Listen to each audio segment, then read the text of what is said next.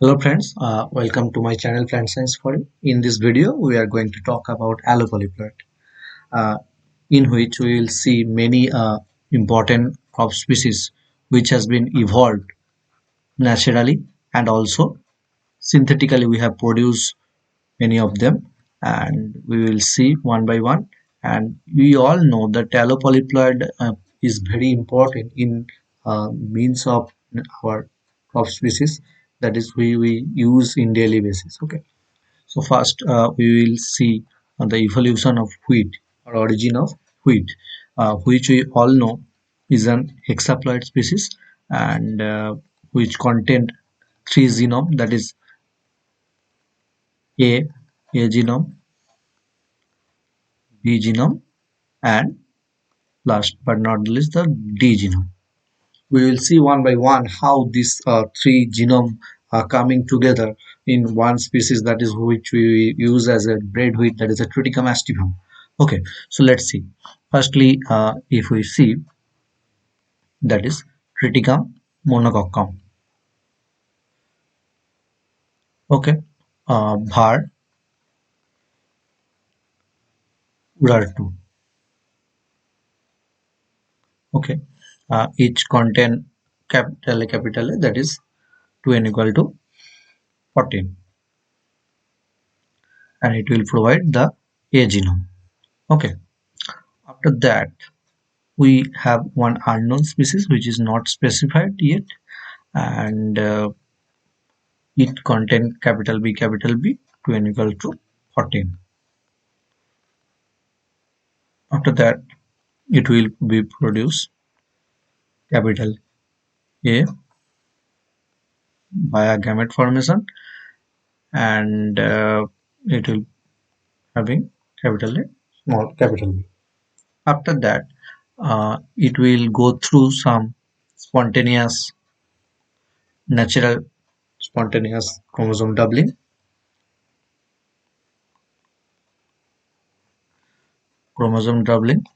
उसके बाद it will form capital A and capital B. That is one tetraploid species, which is very important one. That is the Triticum targinum. Okay, it is a 4x, having 28 of chromosome, and it is we can call it is an amphidiploid because it has two sets of each chromosome, that is the chromosome set 1 and chromosome set B, and which will pair together in the meiosis and behave like an diploid. Okay, so which we'll call that amphidiploid. After this, it is been crossed with another, that is another one, that is the Triticum tauci. Okay, then it is from it tauci is about D genome, and it is 2n equal to again 14. It will form capital A, capital B. It will come from Triticum targinum, and capital D will come from Triticum tauci.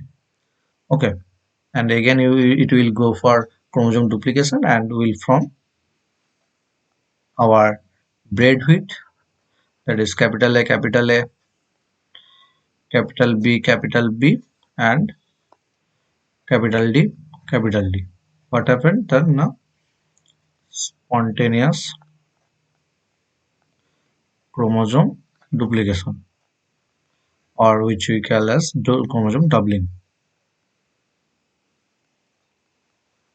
Okay, so what can we see, or we can make an justification that we by which we can get our desired species, that is Triticum aestivum, which we called as bread wheat. Okay, so what we can see that the A genome is given by Triticum monococcum, Then we see about B genome, which is unknown. Then D genome is provided by Triticum taus. Okay. After that, we'll see another important species, that is the cotton, that is Gossypium hirsutum. In this Gossypium hirsutum, we'll see its evolution. It is formed by Gossypium herbaceum, diploid old world, we can say, and it is providing 13 small a chromosome when equal to 26, and after that it is crossed with Rainmundi. It provide 13 D large D chromosome when equal to 26, producing AD, and from there natural spontaneous chromosome doubling occur, and it will form Gossypium hirsutum. Okay, which will be having capital A, capital A, capital D, capital D, that is 2 n equal to 50. Okay, after that we will see tobacco. Tobacco is also very important. Okay, in tobacco there is a very different, not different, but there is three different evolutionary process has happened, which we will see one by one. If I say evolution of Nicotiana tabacum, which we will be getting by crossing with Nicotiana sylvestris and Nicotiana tomentosa. Okay,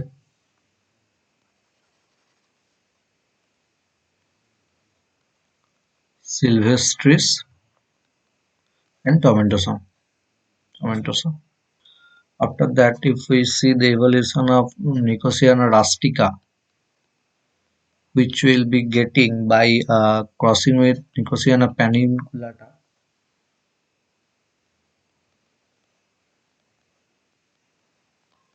with Nicotiana undulata. Okay, then we will talk about another species, that is Nicotiana digulata, which is one of the synthetic allopolyploid, which is produced by two important scientists, that is we all know that Clausen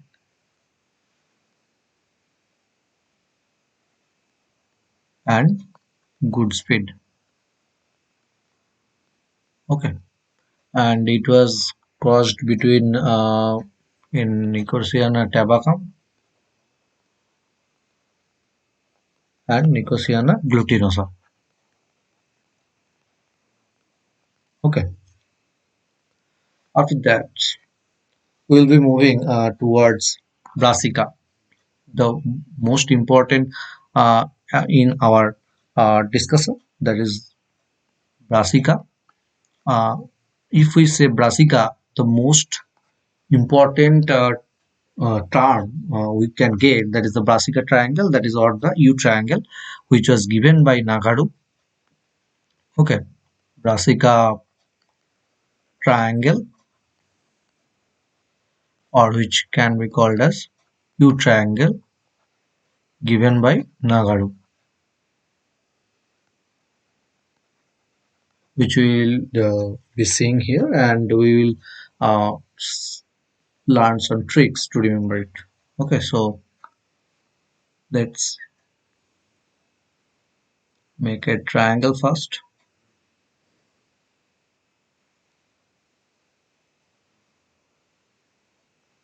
Okay.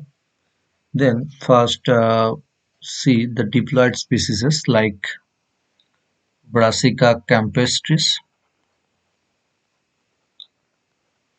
which having the capital A genome n equals to 10. Then Brassica nigra, capital B genome, and n equals to 8. Then Brassica oleracea having capital C, and n equals to 9. After that, we will see some tetraploid species which was crossed between different diploid species. Likewise, Brassica campestris and Brassica oleracea was crossed. Brassica campestris and Brassica oleracea was crossed to get Brassica napas. Okay, that is capital A, capital C, which will contain 19. After that, Brassica campestris and Brassica nigra was crossed to get Brassica jancea. Okay, and it is capital A, capital B, capital B, that is n equals to 18. Brassica oleracea and Brassica nigra has been crossed to get Brassica carinata. It is of capital B, capital C, n equals to 17. So this is the whole Brassica triangle we know. Now how to remember this by applying trick. Let's first write the diploid chromosome applied chromosome number, that is 8, from lower to upper, 8, 9, 10, and it is contained by B, C, and it contains the genome B, C, and A. Okay. After that, B, that is the NOC. Remember this. N means here it is the Niagara B genome.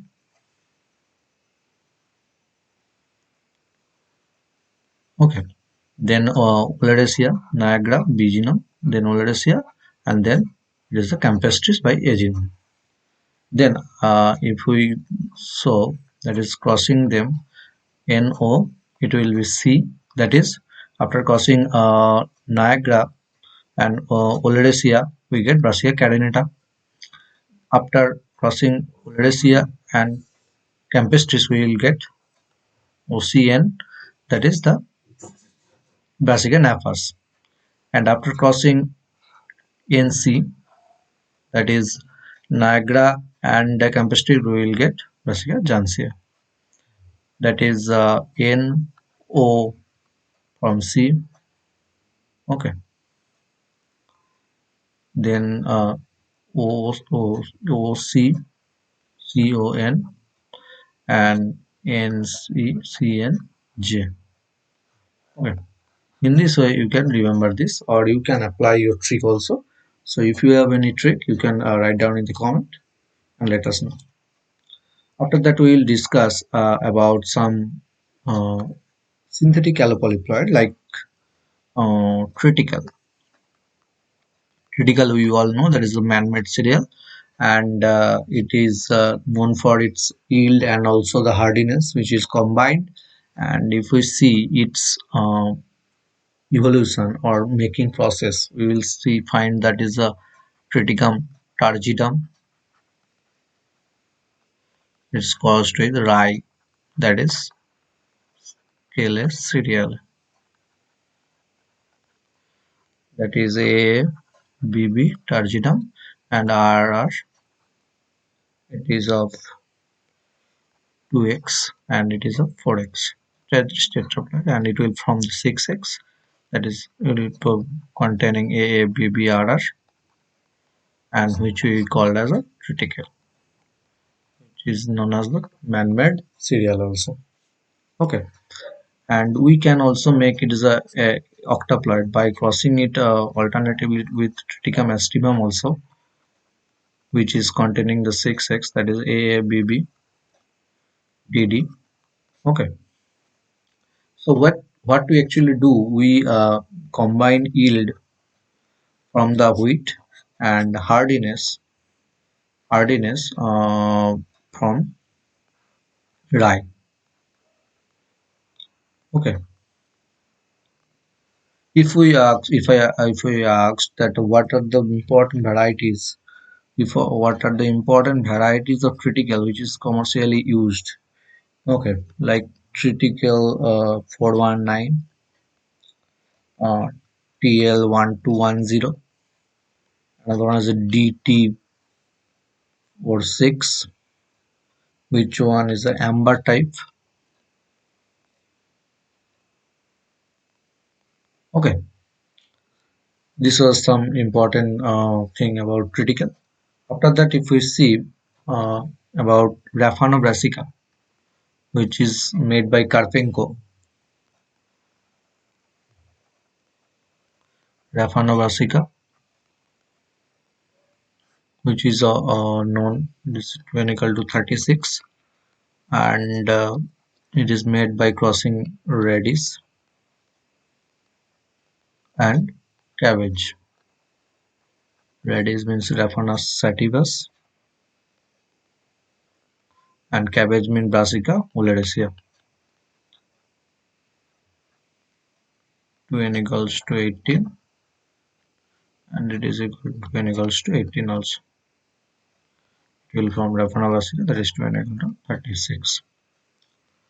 So thank you. This was some important allopolyploid species we have discussed, and some synthetic allopolyploid species also we have discussed through this video. If you like this video, please subscribe my channel and share with your friends. Thank you.